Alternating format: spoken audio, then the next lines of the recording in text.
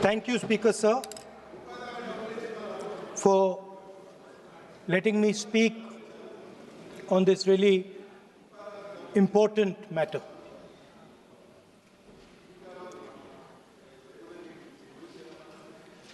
Speaker, sir, have you ever wondered why Mahatma Gandhi laid such emphasis on khadi? Why was it that he framed the entire Indian freedom struggle around the concept of khadi? And why is it that he only wore khadi? Because khadi is not just a cloth. Khadi is the expression of the people of India. It is the imagination, it is the sentiment, it is the productive force of the people of Aaj pehnaun khadi. It is the expression of the people of India. Speaker, sir, whichever state you go to, you will find different fabrics. There's the Himachali cap, Assamese gamcha, Banarsi sari, Kanchipuram sari, Naga jacket, and you will find that all these fabrics represent the people. When the people of Assam give you the gamcha, they're not just giving you a piece of cloth. They're giving you an expression. They're giving you a piece of their history, their tradition, their future, their imagination.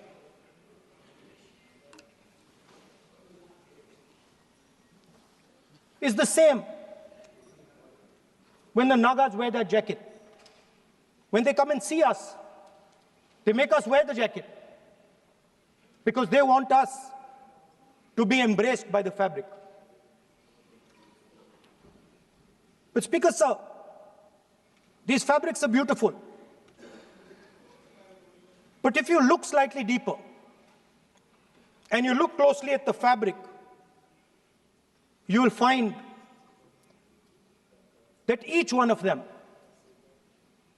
has thousands of little threads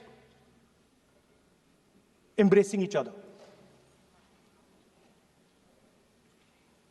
A Kanchipuram sari might have a golden thread, but the golden thread means nothing without the green thread or the yellow thread near it. The other thing to notice about the sari or any other fabric is that all the threads are equal. No one thread is superior to another thread. They all come together. The threads cannot protect you. The threads cannot keep you warm. But when they come together as a fabric, they can keep you warm, they can protect you, they can express what you have in the heart. Speaker, sir, in the same way, our nation is also a fabric. It's a fabric made up of 1.4 billion people, and the fabric is woven together by the vote. Let me repeat it. It is a fabric of 1.5 billion people, and it is woven together by the vote. Everything that we see, in fact, this house where I'm standing today, the Lok Sabha, Rajya Sabha, Vidhan Sabhas across the country, Panchayats across the country, none of them would exist if the vote did not exist. We talk with great pride about HAL, BHEL, ONGC, Tejas, Chandrayaan. We have a list of things we say. Not one of those would exist without the vote.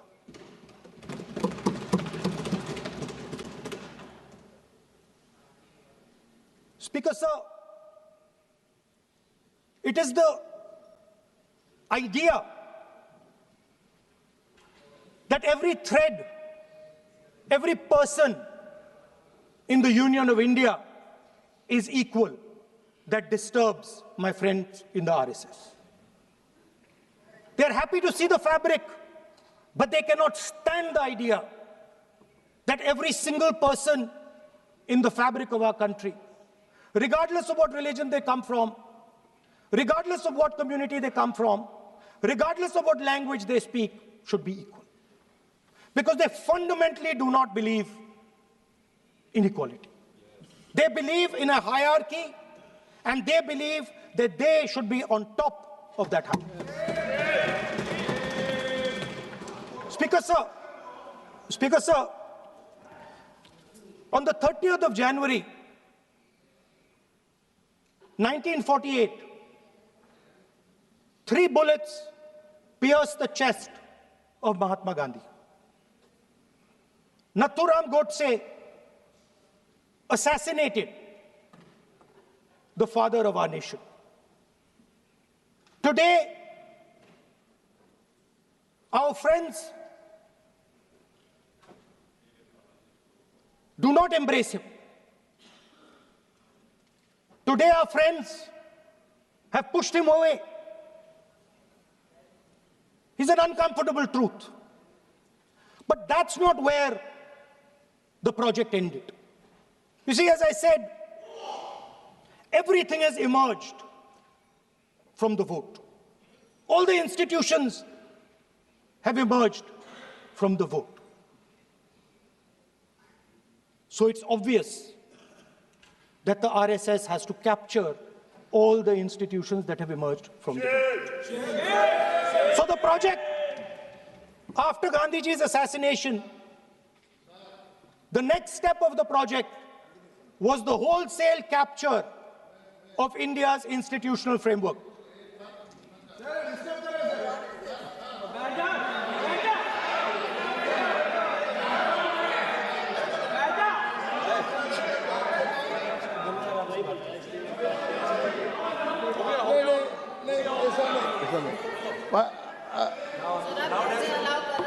So what is this, sir? Sir, अभी नहीं पढ़ना होगा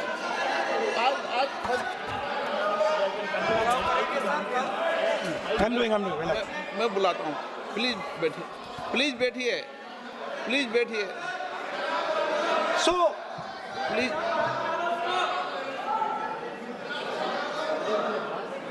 sir, आप बोले पर हाथ मत जोड़े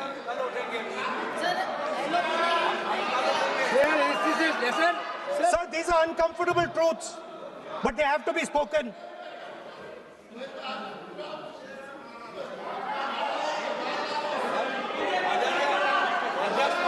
कितना खादी पहनते थे थोड़ा बता दे So these are uncomfortable truths, but they have to be spoken. My friends don't like the connections I'm making. They're disturbed by them. It's obvious. Speaker, sir, so after the father of the nation was assassinated, his vision of an equal India, of an India where institutions belong to the people, had to be destroyed. And so the process started, and the RSS attempted to capture one institution after the other. And I will give some examples so that it is crystal clear that this is the case. Everybody knows how vice chancellors are placed on top of Indian universities today. Every single person knows this. You go to any university, you speak to any youngster in India, he will tell you that it does not matter whether the professor has qualifications. It does not matter whether the professor has a scientific temperament. The only thing that matters is the professor belongs. माननीय सदस्य एक minute माननीय सदस्य चुनाव सुधारों पर चर्चा हो रही है। सर ये मैं उसी पे कर रहा हूँ। आप किसी भी संगठन का नाम जो इस हाउस में उसका नाम नहीं ले। एलओपी है तो इसका मतलब ये नहीं है। एलओपी का मतलब नहीं, आप जनरल बात बोलो। आप राष्ट्रपति भाषण में बोलिए जनरल बात। सर हम लोग सुनना चाहते हैं। सर स्पीकर सर हम लोग सुनेंगे शांति से। हम लोग शांति से सुनना चाहते हैं और ये आप लोग सुनिए ना क्या कहना चाहते हैं। धमकी देंगे आप? हम लोग सुनने के लिए बैठा है। अभी तक नेता प्रतिपक्ष एक शब्द चुनाव सुधार पे अभी तक आया ही नहीं है। संसदीय कार्य मंत्री बोल रहे हैं। मैं स्पीकर का परमिशन से ही बोल रहा हूँ। हम सुनने के लिए बैठे हैं। अरे हम सुनने के लिए बैठे हैं। नेता प्रतिपक्ष चुनाव सुधार के लिए जो सुझाव देंगे सुनने के लिए तो हम बैठे हैं, लेकिन चुनाव सुधार को नहीं बोलते हुए कहा जो इस सदन से कोई वास्ता नहीं, जो संगठन उसका कहानी किसी और का बोलना ये कोई उचित नहीं है। समय बहुमूल्य है, समय का मर्यादा भी है। सबका सब यहाँ सुनने के लिए बैठे हैं और ये समय बहुत कीमती है, इसलिए हर एक पल अच्छा शब्दों का कोई अच्छा ज्ञान दे, सुझाव दे, सुनने के लिए हम लोग बैठे हैं। मेरा एक सीमित अनुरोध है नेता प्रतिपक्ष से, आप विषय पर ही रहिए। हम लोग सब बैठे हैं, गृह मंत्री जी भी सुनने के लिए बैठे हैं, लेकिन आप विषय पर नहीं बोलेंगे तो जो विषय तय किया गया है उसे क्या मतलब है। अगर चुनाव सुधार पर ही नहीं बोलेंगे तो फिर इतना समय सबका क्यों बर्बाद करना चाहते हैं नेता प्रतिपक्ष। Should I leave? Then you speak. He wanted you. Should I leave? You speak then. You speak. What is it? You are parliamentary affairs minister. You are a parliamentary affairs minister. You are disturbing the lobby. How can it be? You are a parliamentary affairs minister. You are disturbing the lobby. Subject नहीं आपके lobby. आपका lobby subject नहीं. ये विषय कर रहे हैं. The discussion. One second. The discussion is about the vote and electoral. The discussion is about the vote. एक मिनट सर मुझे बोलने नहीं दीजिए। एक मिनट एक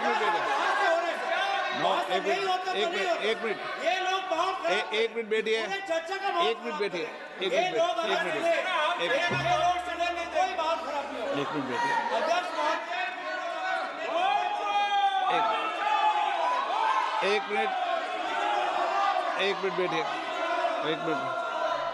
माननीय सदस्य मैं बैठे बैठे अनऑफिशियली बोल रहे हैं, उस विषय बोल रहे हैं। सदन की गरिमा को बनाए रखें, आसन को चुनौती देने का प्रयास मत करिए, ये ठीक नहीं है। Speaker sir, I want to make it very clear. Please. Speaker sir, I want to make it very clear.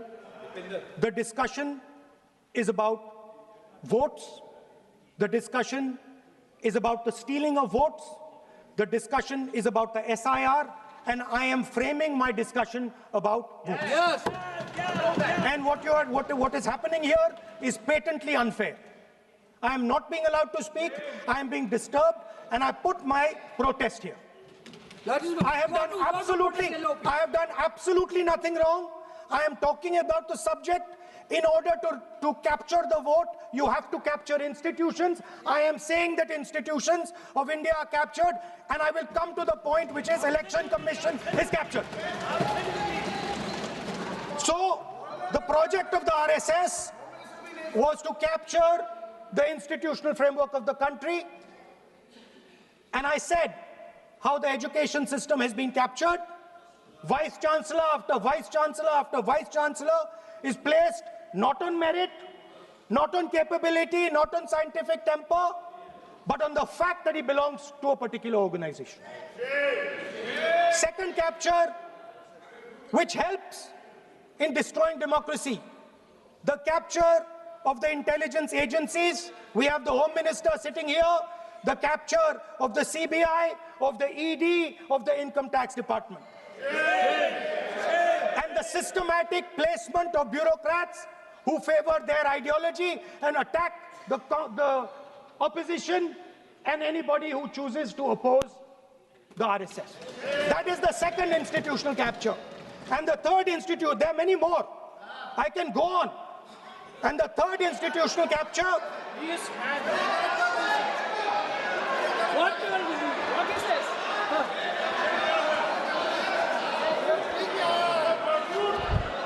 Mr. Minister. मानिए प्लीज मानिए. Yes, become Senate.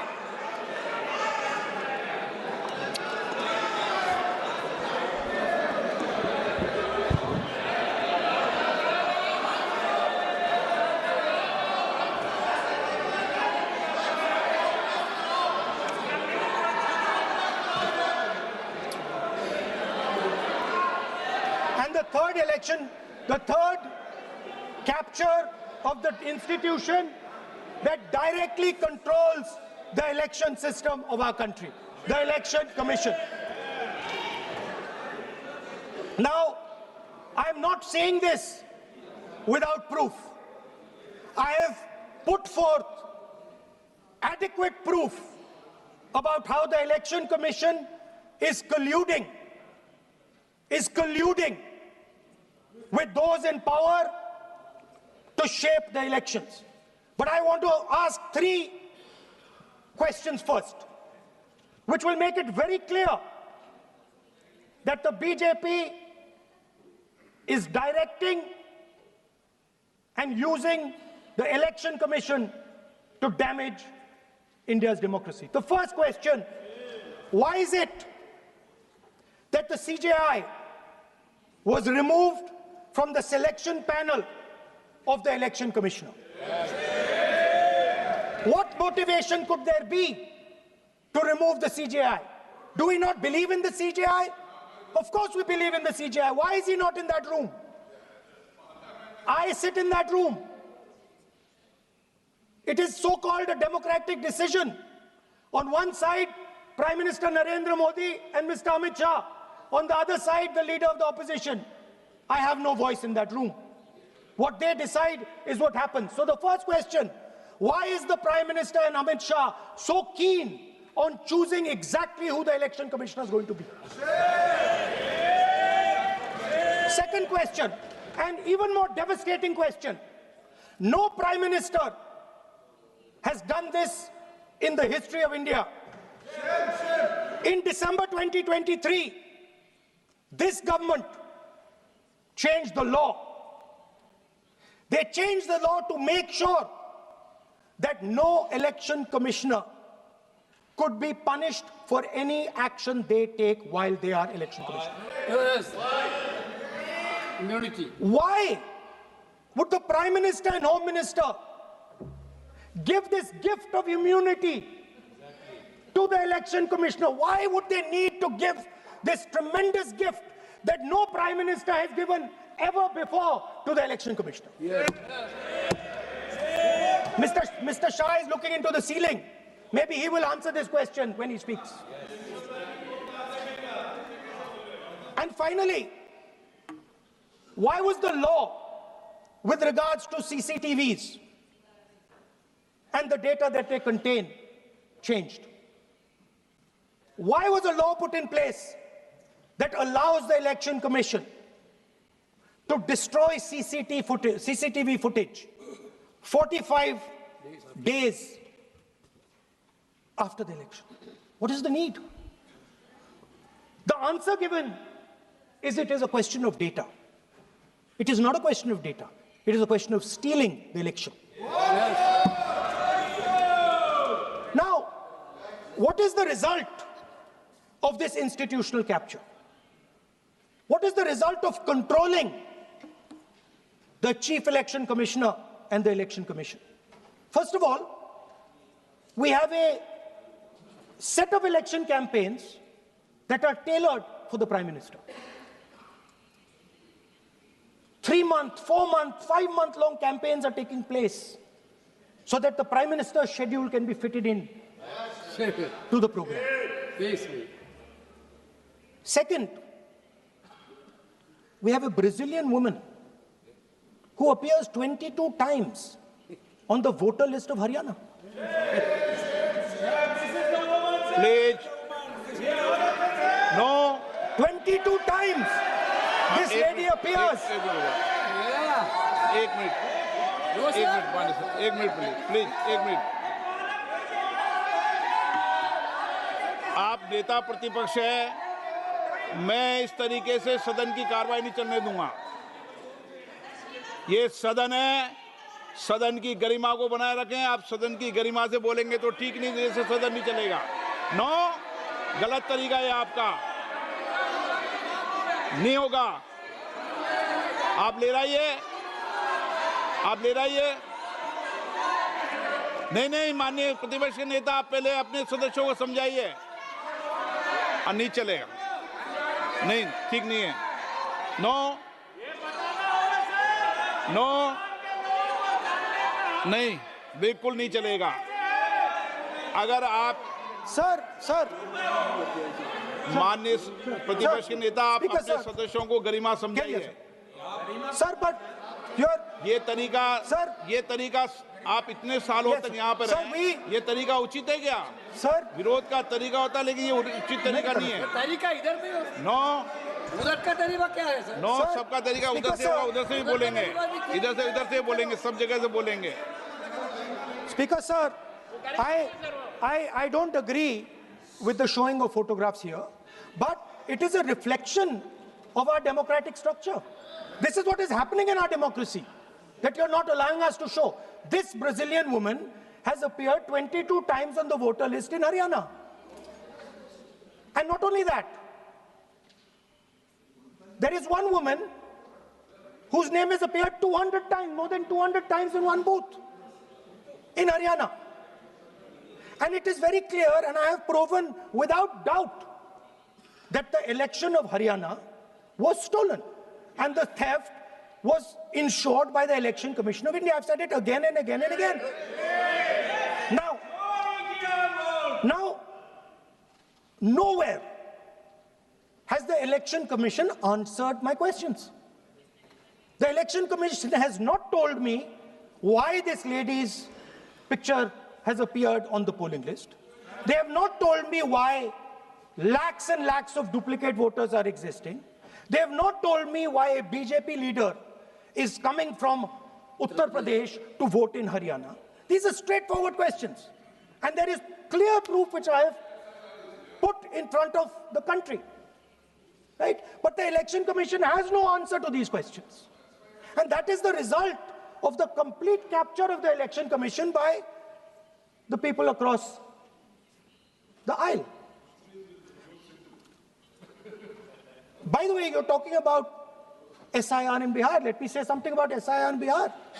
Why is it that after the SIR in Bihar, 1.2 lakh duplicate photos are existing in Bihar, in the voting list? If you've cleaned up the voting list, why are there 1.2 lakh duplicates in Bihar? And we've not just proven this about Haryana. We have proven this in Karnataka, we have proven this in Maharashtra, and I'm absolutely certain this is how you're winning elections in Madhya Pradesh, in Uttar Pradesh, in Bihar, across the country. Now, so what I'm putting on the table is, it is very clear that you've captured the institution. I've shown the mechanism of that capture. I'm also showing you how the Election Commission is doing things that are completely out of line. I'm not getting any answers. Right? So now, let us come to how, when we're talking about electoral reform. Electoral reform is very simple. The point is, nobody wants to do it. The government doesn't want to do it. What does electoral reform require? What we've been saying. Number one, give machine-readable voter lists to all political parties 1 month before the election. That's the first step. The second step is take back the law that allows the destruction of CCTV footage. Very simple, not difficult. While you're doing that, also tell us what is the architecture of the EVM. Give us access to the EVM. Let our experts go and see what is inside the EVM. Till today, we have not had access to the EVM. We are not shown the architecture of the EVM. We're not physically allowed to go and see an EVM. Give us the architecture. Give us access to the EVM. And finally, please change the law that allows the election commissioner to get away with whatever he wants to do.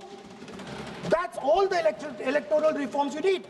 And I want to assure the election commissioner that they might be under the impression that this law lets them get away with it. Let me remind them, don't worry. We are going to change the law, and we are going to change it retroactively, and we are going to come and find you. Right? So this is the situation that the country is faced with. You know, everybody says to us, India is the biggest democracy. Actually, I was thinking today, we're not just the biggest democracy. We're the greatest democracy. And I'm not saying it just like that. I'm saying it, America calls itself the oldest democracy. But the democracy that weaves together the largest number of people, the largest diversity of people, the largest number of languages, the largest number of states is this. And so our most powerful asset, the thing that stitches together the entire concept of modern India, stitches together the fabric of modern India, brings people together, allows them to build this great nation, is being attacked by these people. They're destroying it. You know they're destroying it. I know they're destroying it, and they know they're destroying it. And I'd like to conclude by saying that the biggest anti-national act you can do is vote chori. There is no bigger anti-national act that you can do than vote chori. Because when you destroy the vote, you destroy the fabric of this country. You destroy modern India, you destroy the idea of India. So I'd like to conclude by saying vote chori is an anti-national. अपनी राय हमें comment box में जरूर दें। ऐसे ही latest updates के लिए हमारे channel royal bulletin को लाइक, शेयर और सब्सक्राइब करना ना भूलें।